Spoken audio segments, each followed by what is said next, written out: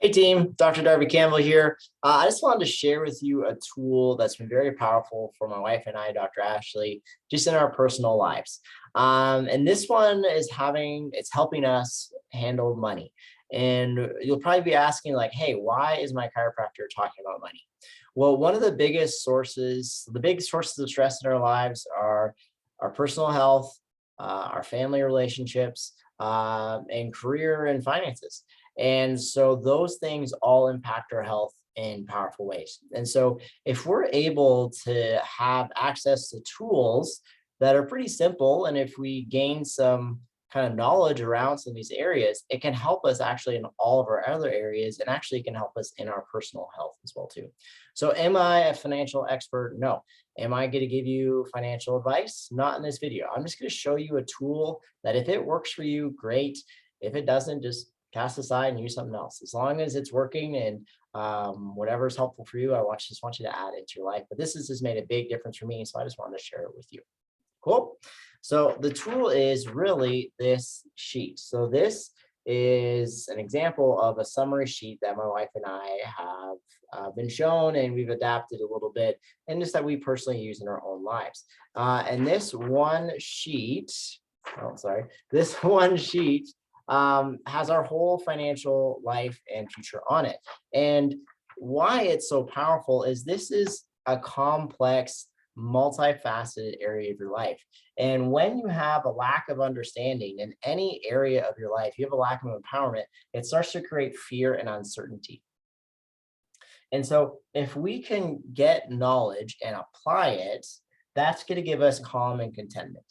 And that's going to help our health positively. It's going to help our relationships positively. And it's actually going to create a better outcome in this area of life, because there are some things that just happen to work out. But you don't want to leave the financial security of you and your household up to chance. It's something you want to have some action steps around.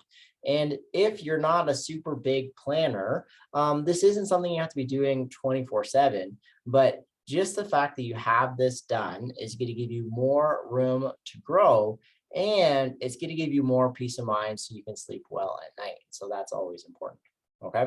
And so I have a digital copy pulled up, and so I'll just kind of show you that. So let me see if I can find it. Share screen. Right. Just share my screen. Share. So right now you're seeing yourself.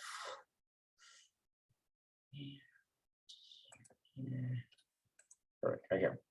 All right. So hopefully you're seeing my kind of master plan sheet. And so this is just a personal logo of mine. Feel free to use it, toss it, whatever you want to do. But this makes me feel good when I'm looking at this stuff. Kind of jazz this up, make it you. Put on the date you're doing it. This sheet is designed to be redone annually and done in pencil. And so as things change in your life, you just get an eraser and you just erase the number and put in a smaller number for debt and hopefully a bigger number for some forever accounts. But this is just kind of where you kind of put your goals that you have for within the next year financially. And you don't have to fill this out all at once. You can kind of add to it as you complete them. Like step 1, complete this sheet.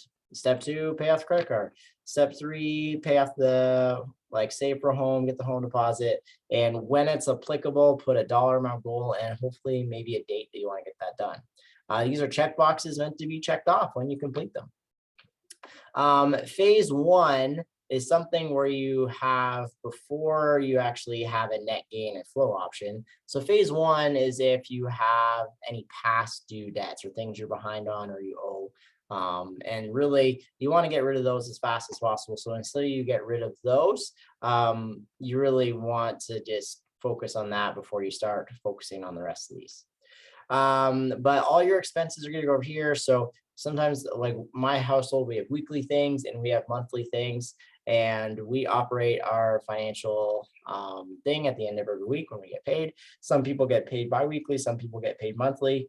You can set the net gain and flow area up on a weekly or monthly basis, whatever works good for you.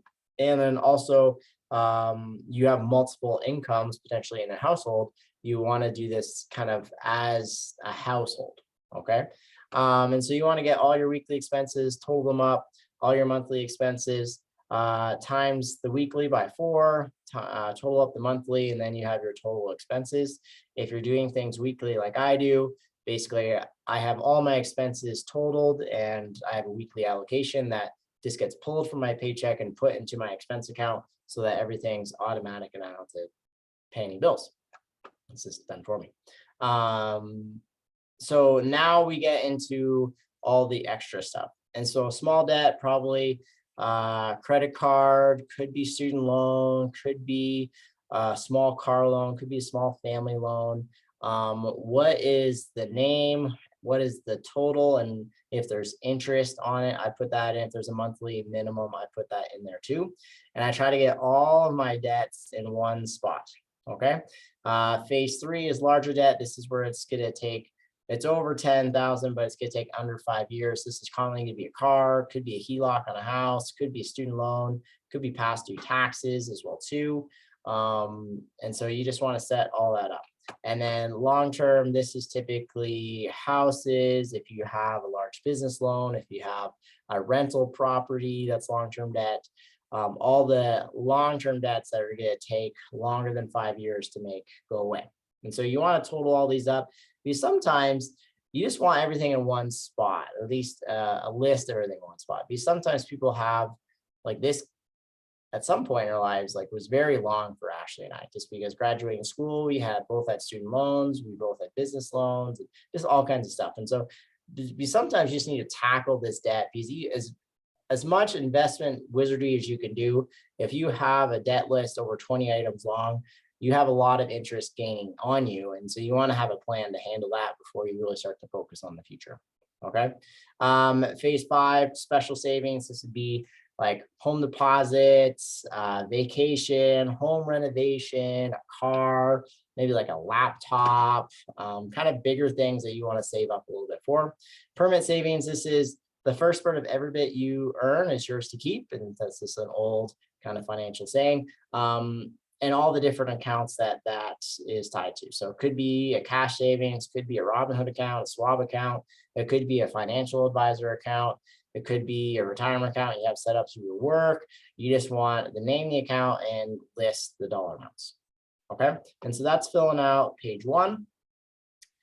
Page 2 is, this is actually a pictogram, and I'm sorry, the graph paper didn't come out very clear, but you have your personal checking account, and this is just a visual representation of how money flows in your life.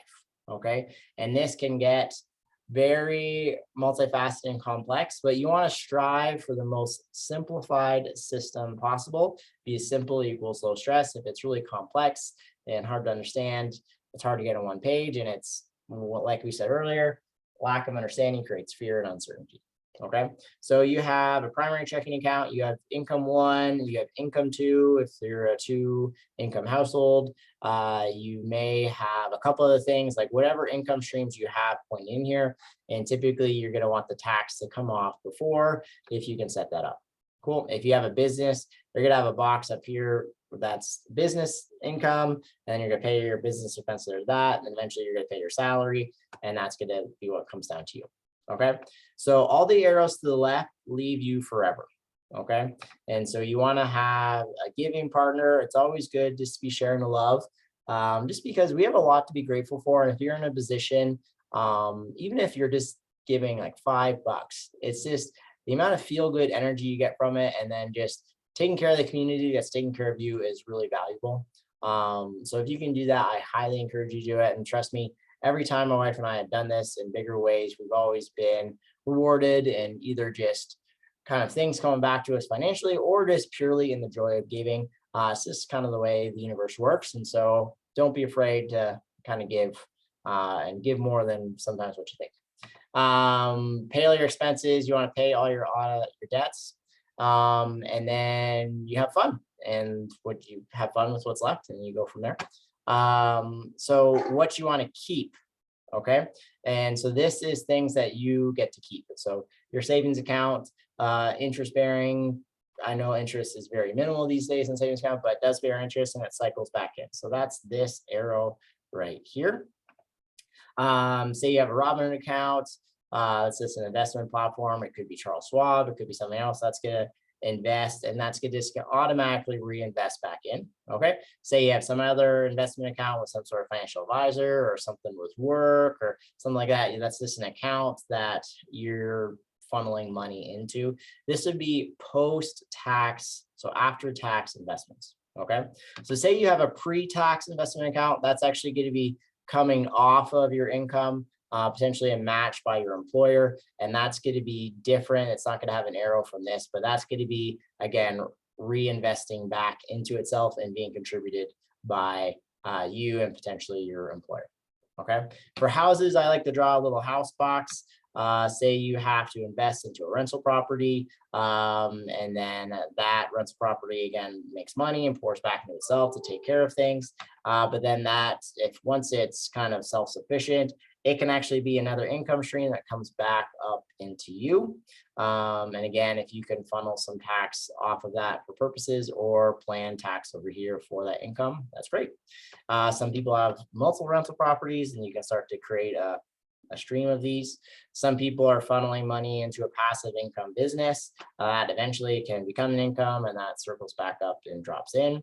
And then you have your primary residence. So it's not really like an asset that generates money, but it is an asset to you. And so you can have that be a separate thing. Some people just don't put it on here unless it is actually going to generate income. And so that's kind of up to you. A lot of people like to think of their house as an asset, so I put it down here. Okay. And so this is kind of the pictogram representation. And once you have all this, now how you determine kind of where your flow is where we go back in this box. And so this is where you have your total pay weekly or monthly, and your total expenses weekly or monthly. And then you're going to have hopefully a remainder and hopefully a good amount if you're doing things right. And that's called your net gain. Okay. Now this section is where you're going to funnel and put use to all that money, because if you don't have a plan for that extra money, it typically is going to find ways, mostly in consumables that disappear and leave you. And you want to put yourself in a spot where you're a good spot for you and your family. So this is just a fun little thing that I found helpful. And so of what's remaining, I want to give to I give to Colorado Christian Services, you give to your church, you could give to a pet organization, you could give to Wounded Warrior Project, whatever is important to you and that you feel excited about and feel good about. Name and amount, and then you can do that on a weekly or monthly basis. Okay. Investment, so it could be Robinhood, could be Schwab, could be financial advisor, could be whatever. So just whatever type of investment you want to call it, name and amount. Okay. How much you just want to put into like a straight cash savings. So it could be cash and then amount. How much you want to have fun. So this is where my wife and I have dates. This is where we have like clothes that aren't like regular. This is where we have kind of just whatever you want. Like I every now and then do stuff with my truck. I do stuff with camping, just that sort of extra money that's not always there, but it's enough that I'm consistently spending to put back into my life in consumable ways, but is valuable for myself and my life. Okay. Then you have all your minimums on your debt, but where could you accelerate some debt? And so once you've covered all your minimums, then you can start to accelerate one or two, and you just want to put the debt name and the amount. And then there's an extra one here. So say you want to do extra investment, extra savings, extra give, or you could do extra debt as well too, like extra debt 1, extra debt 2. I would just try to put one big punch on one debt as fast as you can until you get it gone, but every situation is different. And so you kind of want to figure out the best way is for that. But so after you have all these, you just total them all up. That's called your total flow. So net gain minus your total above should be roughly close to zero. You don't have to run a zero budget. But also in my monthly expenses, I put a fluff number in here. Like, I don't know what comes up, but it seems like every month, $500, $1,000 goes to something. Something breaks. Could be your kid getting sick, could be the house repair, could be your car, whatever. Um, so I always have like 1,000, 2,000, $500, whatever number your family commonly sees as unordinary expenses that aren't labeled. I do put in here. And so if you're not putting that in here, you need to have money left to handle that. And so just a personal thing. Um, Again, if this tool works right for you, awesome. If not, just move on, whatever you like to do. But this tool has been fantastic for my wife and I. It just gives us a very simple understanding, and it's fun to get your little pencil out and kind of start to erase some student loan numbers, maybe pay off the car, just erase that number, just different things like that. And then as like your investment account's big, erase that number and make a bigger number, and then set a goal for like, hey, investment account at blank dollar amount, and then you're racing that once a month or every quarter, however often you want to review this.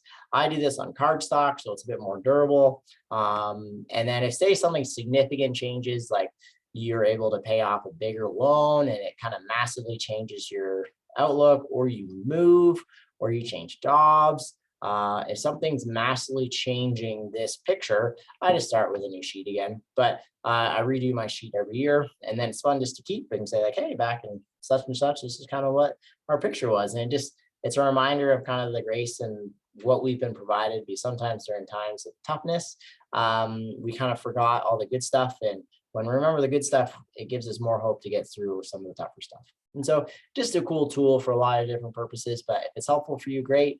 If not, hopefully you enjoyed the video at least. I'll see you at your next appointment, and bye for now.